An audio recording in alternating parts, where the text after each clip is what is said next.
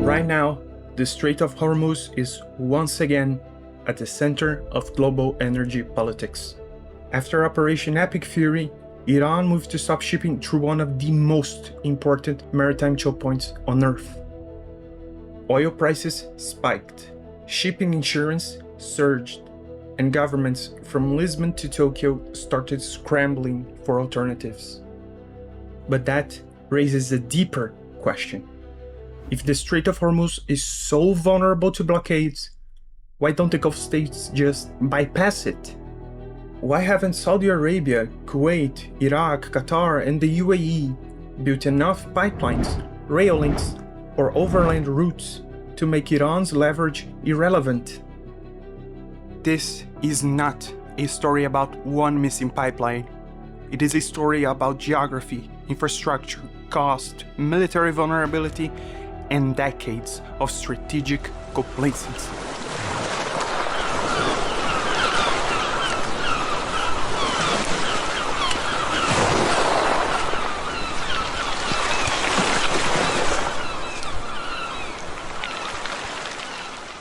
The Strait of Hormuz is the narrow sea passage between Iran and Oman that connects the Persian Gulf to the open ocean. At its narrowest point, it is only about 33 kilometers wide. And yet, in the first half of 2025, around 20.9 million barrels per day of oil and condensates passed through it, along with 11.4 billion cubic feet per day of natural gas. That is about 20% of the world's oil supply and over 20% of global gas trade. Most of these flows go to Asia, especially China, India, South Korea, and Japan. That alone would make Hormuz important. But the real problem is not just the strait itself. It is where the oil fields are. Most of the major oil and gas fields of the Gulf states are concentrated either on the Persian Gulf or very close to it. That means the region's energy system was built around one basic assumption: produce in the Gulf, load in the Gulf, and ship through Hormuz. So, if Hormuz closes, the issue is not just that one sea lane is blocked. It is that much of the region's export infrastructure was designed around that sea lane in the first place. This is not the first time the Gulf has faced this kind of threat. During the tanker war of the 1980s, the maritime phase of the Iran-Iraq war, both countries targeted commercial shipping across the Gulf. By the end of 1987, Iraq had carried out 283 attacks on shipping, while Iran had carried out 168. The goal was to raise the economic cost of the war by targeting oil exports and the shipping lifelines of the other side and its backers. But even then, the Gulf states did not solve the problem by replacing Hormuz. Instead, they relied on outside protection. The United States reflagged and escorted Kuwaiti tankers under Operation Earnest Will, while Western and Soviet naval forces helped keep shipping moving. And one of the main strategic lessons of that period was this: if you cannot fully secure a sea lane, you need some infrastructure redundancy on land. That is what pushed Saudi Arabia to build the East-West pipeline. The first answer to the Hormuz problem is the obvious one. Why not just move the oil across Saudi Arabia to the Red Sea? And the answer is, Saudi Arabia already did. The kingdom's East-West pipeline, also known as Petroline, runs from the eastern oil-producing zone across the country to Yanbu on the Red Sea. Saudi Aramco can pump up to 7 million barrels per day through it, with roughly 5 million barrels per day available for export, the rest feeding local refineries. This is the single most important bypass route in the Gulf, and yet it still does not solve the whole problem. Saudi exports in normal times are too large to fully replace Gulf loading with Red Sea loading. Yanbu helps. It is capable of handling more than 60% of Saudi production. but it does not eliminate dependence on the Gulf. And even this route has vulnerabilities. In 2019, the East-West system was attacked by drones, showing that pipelines do not remove risk altogether, they just rearrange it. So, the Saudi Red Sea route is not a fake solution, it is a partial solution. And that is the pattern we'll keep seeing again and again. The UAE built the second major bypass in the region, the Habshan Fujairah pipeline, also known as the Abu Dhabi crude oil pipeline. Its strategic purpose is simple.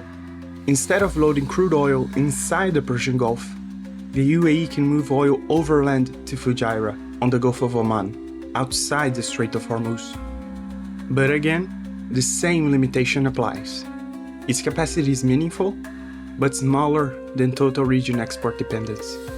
And the infrastructure around Fujairah and Habshan is still exposed to missile and drone threats in a regional war. So, once again, this is not a full escape route. It is a hedge. What about Oman? At first glance, this looks attractive. Oman sits on the Indian Ocean side of the Arabian Peninsula, so getting oil there would allow exporters to avoid both the Persian Gulf bottleneck and Hormuz itself. But here's the problem. Oman's infrastructure mainly serves Oman's own production, not a fully integrated Gulf-wide export network. There are serious discussions about using Oman as a future bypass outlet, including recent Iraq-Oman talks on a Basra to Oman route. But there is no big, ready-made Trans-Arabian system waiting to solve the problem. So yes, Oman is strategically promising, but it isn't a short-term answer.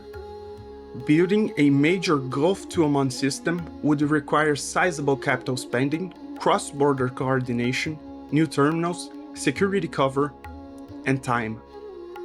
And even then, the infrastructure would still be vulnerable to attack. This is where Baghdad becomes the most interesting case.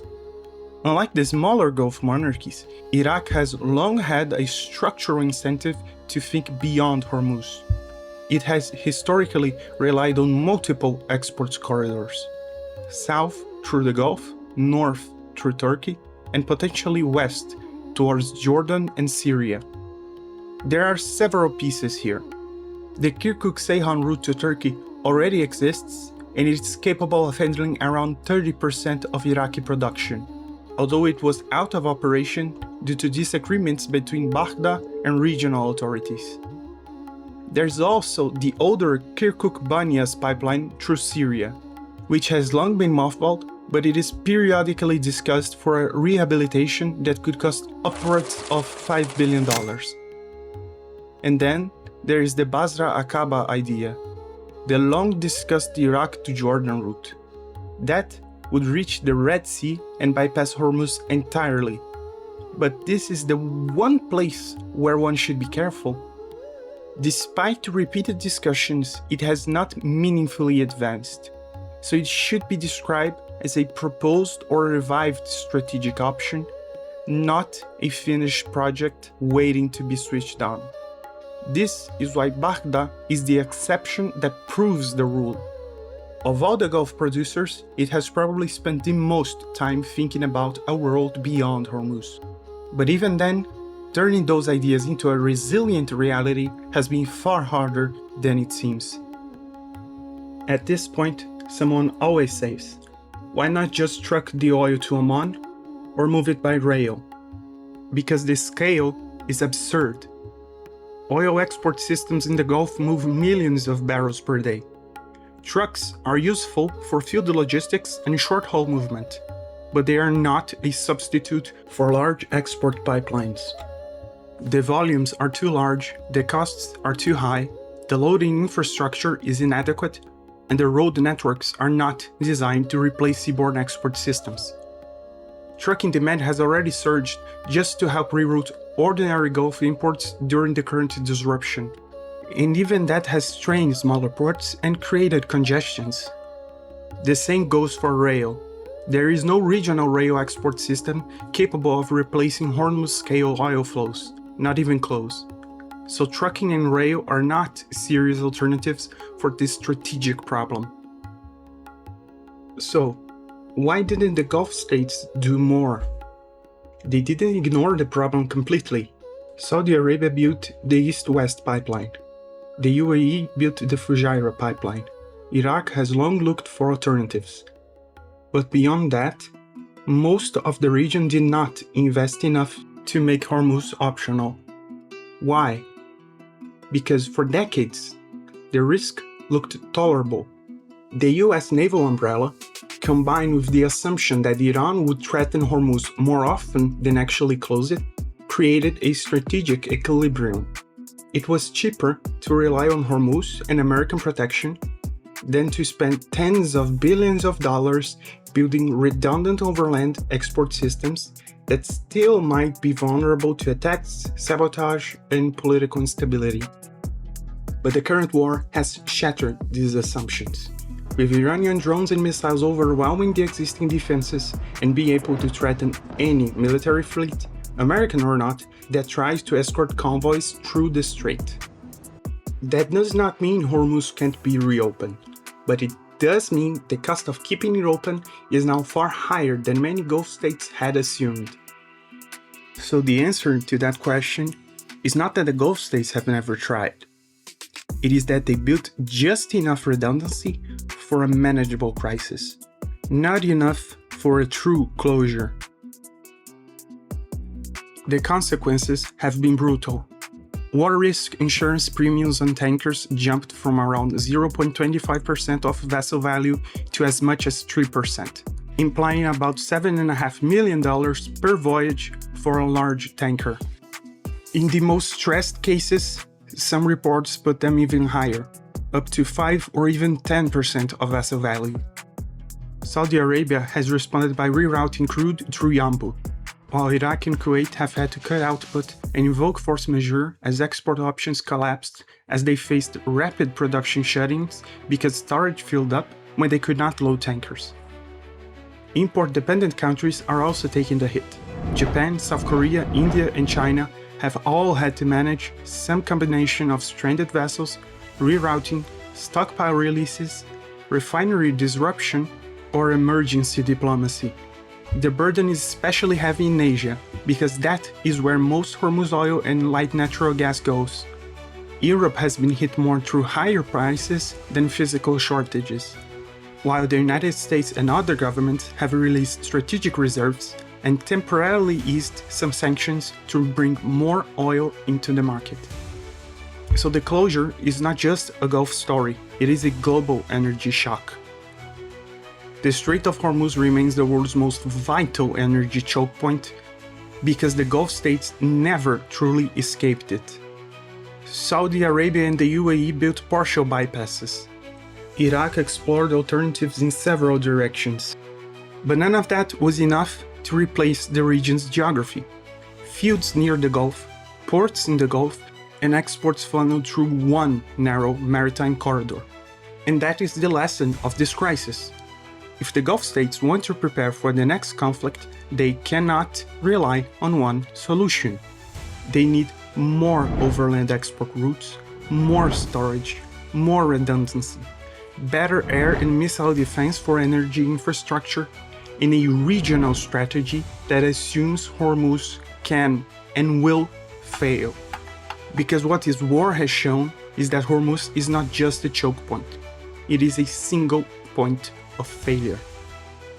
Comment down below what you think of this situation. Don't forget to like, share, and subscribe, as it really helps the channel grow. Also, click on the bell icon so you don't miss any of our upcoming analysis. Thank you, and see you next time.